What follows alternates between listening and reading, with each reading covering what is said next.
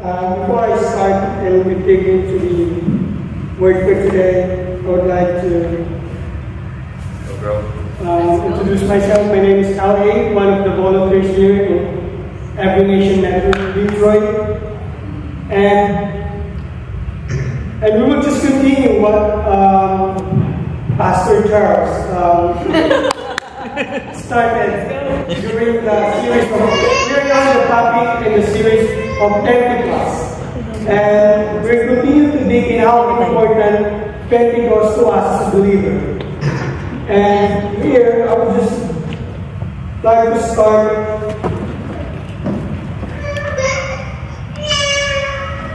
Alright, and my topic is all about the sounds of Pentecost. Let's go. And here,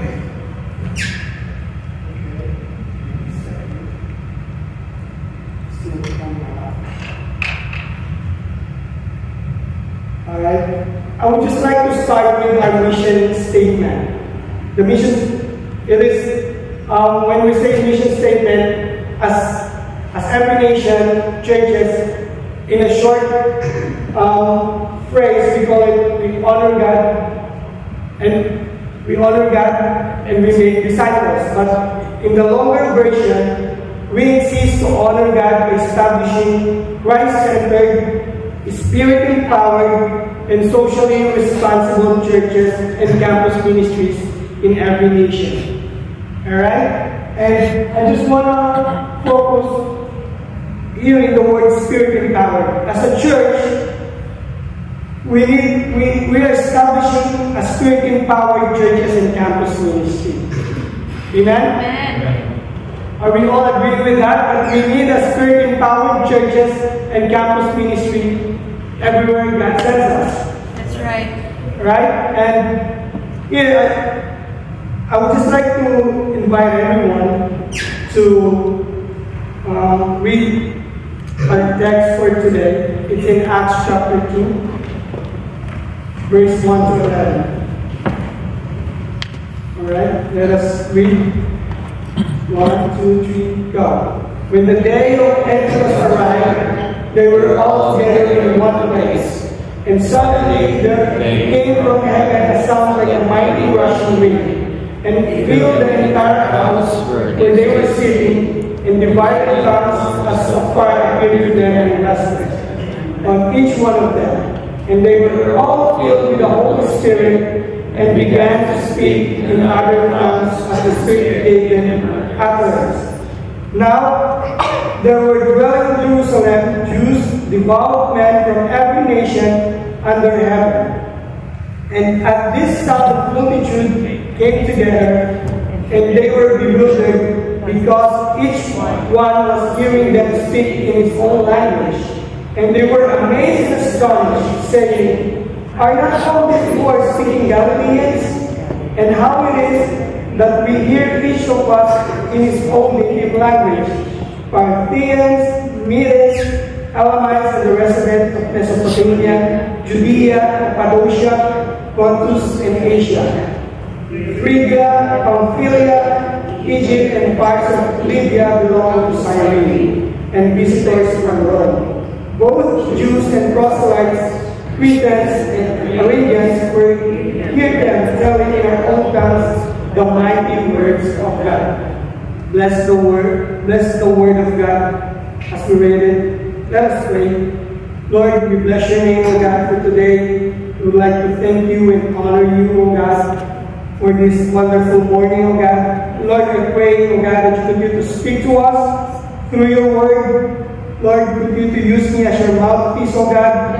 Let your word, O God, bring back to you, not empty, but it will continue, O God, to bring your word, O God, to its purpose, and according, O God, it will succeed, O God, to be said, O God, to you, O God, with thanksgiving, O Lord. Lord, we bless your name, we honor you. In the name of Jesus, we pray. Amen. All right, you may all be seated. It's so excited that I'm really well pleased, and it's my privilege to stand up in front of you, and I'm really humbled to share the word today. and for our main point, it says there that when we rely solely on the Holy Spirit, rather than our human abilities, we will witness the miraculous and mighty works of God in our lives. So this is the main point of my preaching today. Amen. So we'll just gonna have a review what is Pentecost. It's just a review. Okay? And Pentecost is traditionally it was the 50 days after Jesus Christ's resurrection. Yes. It is celebrated all around the world that this event of Pentecost happened during their celebration. Actually, in their time, it was the Feast of the Weeks. In Jewish people, it was the second annual harvest festival. It is like a 7 weeks after the Passover. And during this time, the Pentecost is very important to us as Christians because it is an event that happened that empowered the disciples through the Holy Spirit to go and make disciples. But before this chapter happens, there are things that Jesus commanded. Like Jesus gave the disciples the Great Commission. Amen? Yes. And it says here in Matthew 28:18-20, and Jesus came and said to them, all authority in heaven and earth has been given to me. Go therefore and make disciples of all nations, baptizing them in the name of the Father and of the Son and the Holy Spirit, teaching them to observe all that I have commanded you, and behold, I am with you always to the end of the age. It is a promise of God that God will be with us to the end of the age. But there is a portion before that God commanded us to go and make disciples wherever God sends us. Not literally to a nation, or maybe some of us are called to a different nation, or maybe some of us called here to a different city. Amen? And here we can see the importance of the Pentecost from this great commissioning of Jesus Christ. That before that happens, there's a commandment to go and make disciples. Before you get an empowerment, this is the main thing. That why do we need an empowerment? Why do we need an infilling of the Holy Spirit? Why? Because the Lord commanded us to go and make disciples. And as Christians, we are called to make disciples of all nations. This is not just a tagline of the Every Nation churches that to honor God and make disciples. No, it's not. But it is a calling for every believer of Jesus Christ. Amen? Amen. Can you say to your neighbor or to your seatmate, it is your calling?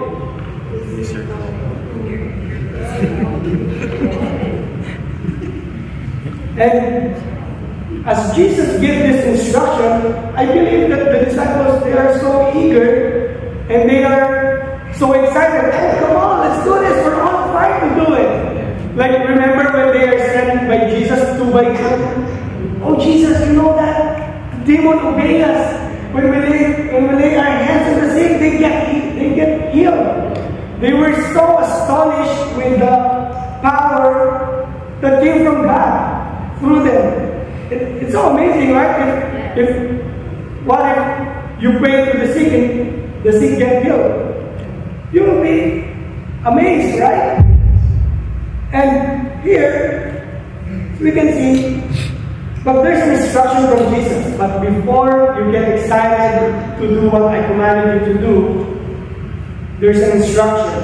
It says in Acts 1:45, while staying with them, he ordered them not to depart from Jerusalem, but to wait for the promise of the Father, which he said, "You heard from me, for John baptized with water, but you will be baptized with the Holy Spirit not many days from now."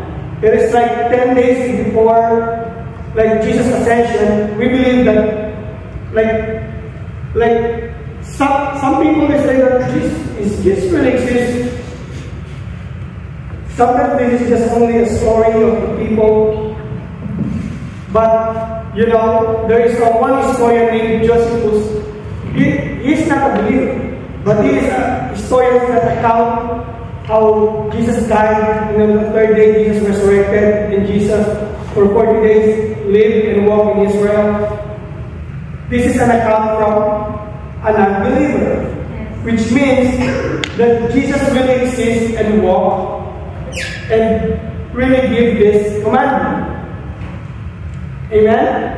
Amen. And here, why do you think Jesus gave this instruction?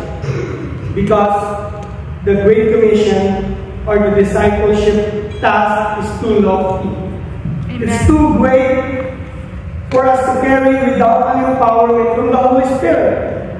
Amen. Imagine that you will do a discipleship with your own strength, with your own wisdom. We cannot. So good. That's right.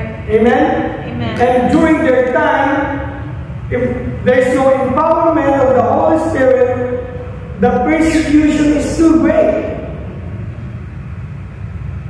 Imagine you will be thrown in the Colosseum where the lion will eat you for the sake of the gospel. If you are not filled with the Holy Spirit, you're not able to face that. That's right. Amen? And also, what else? What persecution that they have? From the government, from Sanhedrin. Sanhedrin is the Jewish Supreme Council in the tribunal, wherein they called Peter and John later on because they healed the lame in the beautiful temple. You know that story that the Sanhedrin called them because they healed that lame man in the beautiful temple. And in the Roman Empire, the task is too lofty and too great to carry. And we need the work of the Holy Spirit for us to succeed in what God has called us to do. Amen? And in Acts 1:8, it says here, "But you will receive power when the Holy Spirit has come upon you. You will be my witnesses in Jerusalem, in all Judea, Samaria, and to the ends of the earth."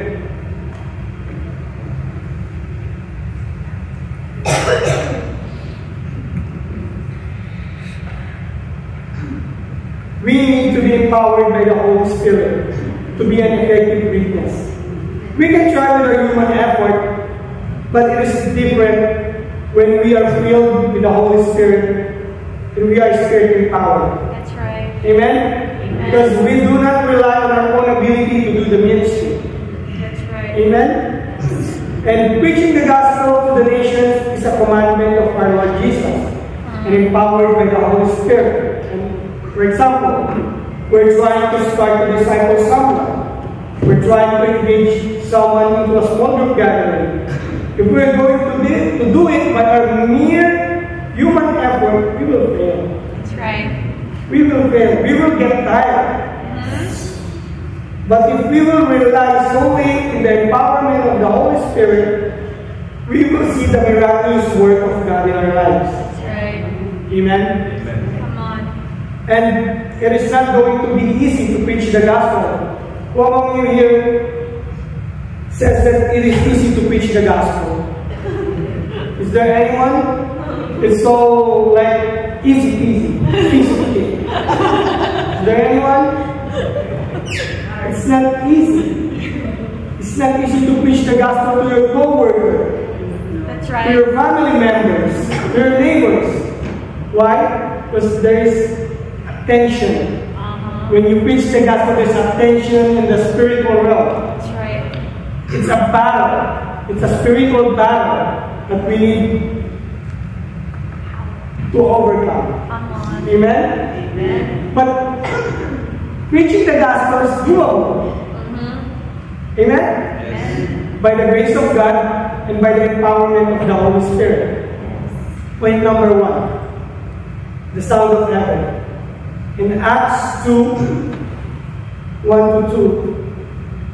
Sorry. Wait a second. Oh. Yes. Yes. Sorry. When the day of Pentecost arrived, they were all together in one place. And suddenly there came from heaven a sound like a mighty rushing wind, and it filled the entire house where they were sitting. I just want to focus here in verse 2. And suddenly there came from heaven a sound like a mighty rushing wind. And the wind here represents the Holy Spirit. In the Greek word, the wind tells you it's pneuma.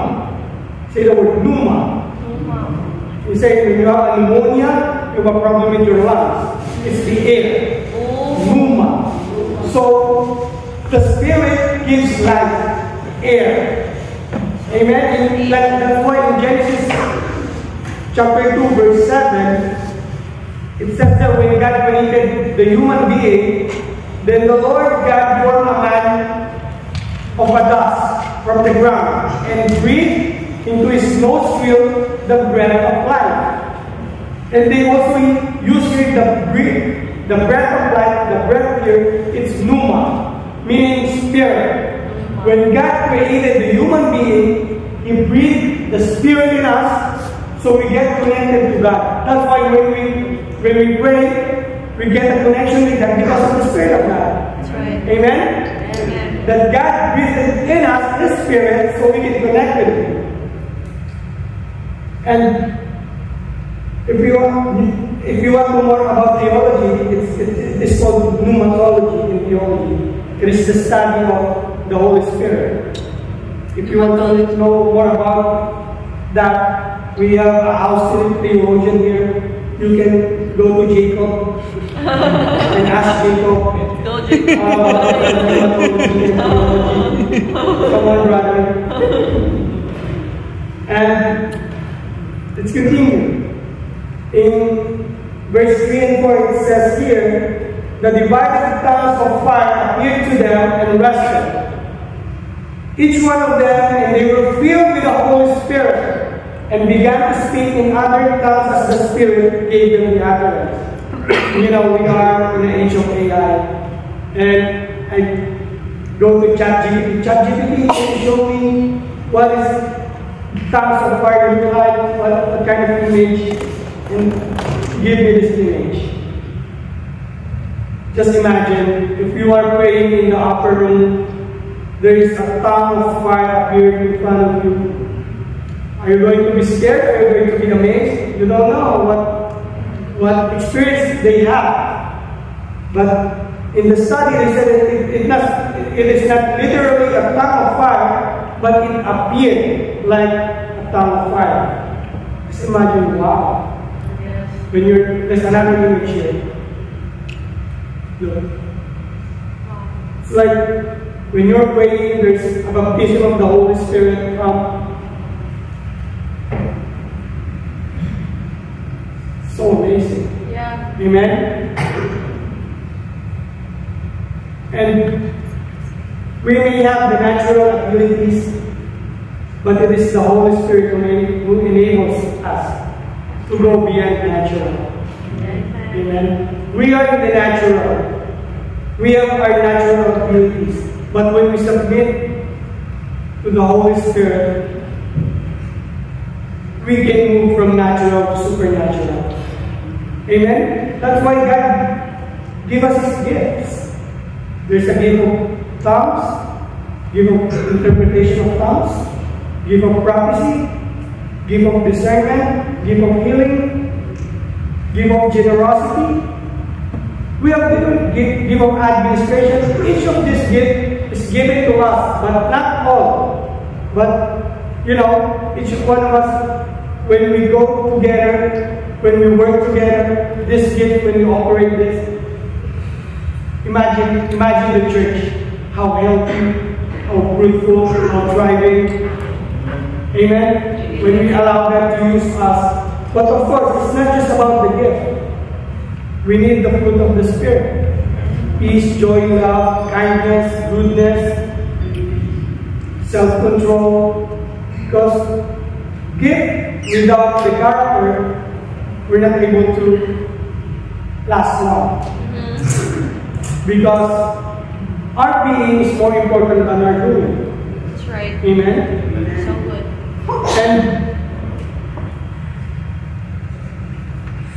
And this gift was given to us, was given to us so we can move from natural to supernatural. Why? To encourage people and to share Jesus wherever God sends us. Amen? Amen. And point number 2, the sound of nations.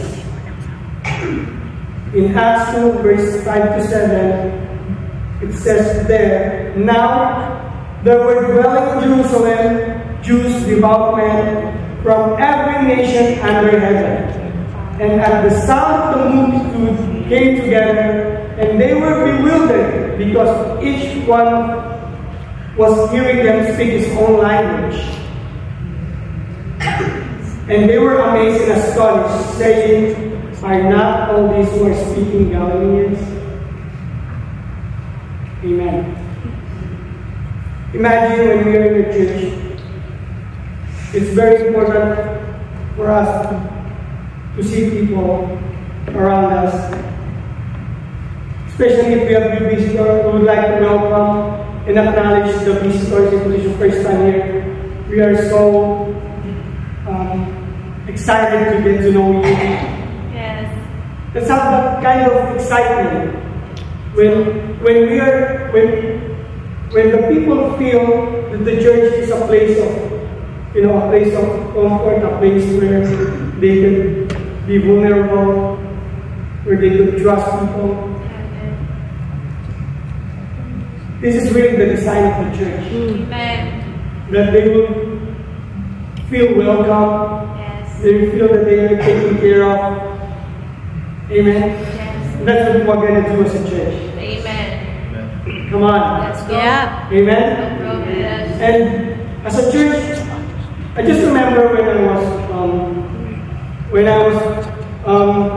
because I love traveling. I love to go places. I remember when I went to Bangkok like year 2014. And when I go there, I love to see nature, I love to see different architectures.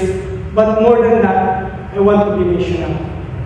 Missional in a sense, when I go places, I would like to meet local people, to pray for them, to declare blessings upon them. Because I believe it is not just a leisure or a pleasure. These are some of my the places where I go to. The first one is I'm so intentional. I really visit the Every Nation Bangkok, the first one on the right side. Yeah. When I visited there, I met a few students there, and now those students, I remember when about to go home and go back to my hotel, and these students, they are the one they are translating the English service to a Thai language. And when I saw them in the same bus where I'm riding, I paid for their fare. And they said, why are you paying for us fare? We're supposed to be the ones doing that to you because you're a visitor here. No, I just want to bless you guys because I'm really blessed with what you're doing. And lo and behold, those students, they are now full-time campus ministries. Come on. They are now the one pastoring another church So good. Let's go. in Bangkok. in another part of Thailand. Because we don't know who are the people that we're going to meet. We just have to, be available, and we just have to allow the Spirit of God to move in us and speak what God wants us to tell them. Yes. Amen. And the another one, the left side upper, this is when I went to Armenia. This is also a memorable trip for me because I supposed to go to Europe. I was single during that time and not married. Yeah. Now I'm married, happily married. And those times we are planning to go to Paris, to Switzerland, Rome. Then all of a sudden, when we got our visas, we are denied twice. So we're not able to get back all the money that we paid for the tour. Wow. So, Lord, so with the refund that we have, where can we go? We still want to go to a trip because there is a vacation in Qatar during that time. Because I'm working in Qatar for 8 years before I went here in the United States. So we can go to Armenia. Yes. And when I went there, I saw the students there, the one in white, blue, in the gray, and the other tall guy that's in the most left side. And those people, I really encourage them to be excellent in their school, because I know in experience being a college student, I have to encourage them to be an excellent student. So I stayed there for all because I go there with my friends in Qatar, but I still stay there for like 3 to 4 days to stay to engage the students. And when I go there, it's like when I'm about to go home, they are all teary-eyed that they don't want me to go home. But wait, I have a job there, and I know it's really pleasant to meet you here, guys, but I need to go back. But still, we still continue connecting with those students until now. And some of them, they are now practicing attorney. Some of them, they are dreaming to be a prime minister of Armenia. The one in white is now working in the government. The other one on the left side, the tall guy, he's already here in the United States. And the other, and all of them are serving. The other guys in the army now. And here, I went to Korea, South Korea. I met Joe Susu, James Wu, and Pastor Yoram, Lee Yoram, from Every Nation, South Korea. So, what is my point? It is always, let's always be in our heart to be missional wherever God sends us. Yeah. To have purpose wherever God will bring us. Maybe we're praying we are in a transition, we go to another city. We're looking, when we're praying, which place where I'm going to retire. Is it either in the Philippines, in another part of the nation, another state? When we pray for that, let's consider being missionary. Amen. With our purpose. Amen? Yes. And some of us, who knows? And I would like to encourage everyone, and we could pray for the nation. It is also our contribution to pray. Or maybe some of you are touched by God to give for the campus ministry, to give for the campus missionaries like Jesus. Yes. Come on, man. And another thing, if you have a heart to go to a nation, then go.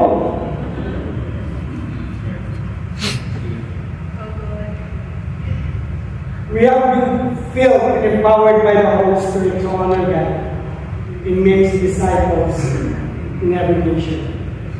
That's the purpose of why we're studying Pentecost. It's because the empowerment of the Holy Spirit, it doesn't stop from the the time you become a believer, when you get baptized by the Holy Spirit, it doesn't end there. It is a continuous walk with God. It is a continuous move of God in our life. Amen? Amen. And let us not dwell on the past victories, all the anointing that God has given us, but let us look up. Amen? And expect a fresh move of the Holy Spirit in our lives. When I was making this preaching, I was crying to God because I went to different places. When I was in the Philippines, I was leading a lot of young men. And there I was exercising a fruitfulness in the leadership. When I was in Qatar, I'm leading the young professionals. And here, there's another, but I cannot stay on the victories from the past. That's right. It's so good. Come on. Because I believe there's a fresh move of the Holy Spirit Amen. that is coming here. Amen? Yes. And we just have to be discerning, and we have to be faithful in what God has entrusted to us. Good, yes. Amen? It is not just because we are young, we are old. It's not like that. Yes. God is doing a fresh move in our lives. Amen. We just have to tap it. We just have to discern it. We just have to embrace it. Come on. Amen? Yes. Amen? Amen. And going Amen. back to my main point. When we rely solely on the Holy Spirit rather than our human abilities, we will witness the miraculous, the mighty works of God in our lives. Amen? And let us preach the gospel in our own sphere of influence. Let us pray. Start praying. Amen? Amen. Because making disciples is a lofty task. And for our application, first, be a disciple of Jesus. Be part of a small group. Because discipleship happens in a smaller settings where we will be vulnerable, be accountable, and shared lives will grow us deeper. That's the importance of a small group. Amen? Amen. And number two, make Jesus known wherever you are. Amen? And I would just like to call the worship team before I pray.